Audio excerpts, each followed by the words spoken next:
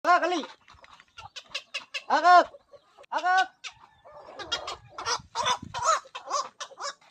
Yan, nanaka ko.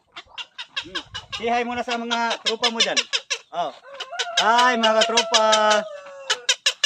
Hi mga katropa. Di ka gumalak. Hindi ka on. Yeah. Basa ako. Huwag mo na ako basahin. Kain. Busog na. Ito po.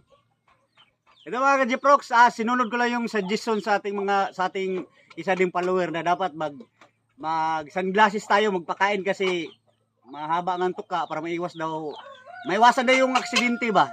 Okay naman, okay din naman yan. Kaya maraming salamat sa followers natin na nagbigay ng advice, no? Para daw safe kasi ang ibon minsan din na alam na nakasakit na pala sila sa harutan nila. Maraming salamat sa suporta mga Jeprox. Please like and follow. Thank you. Okay.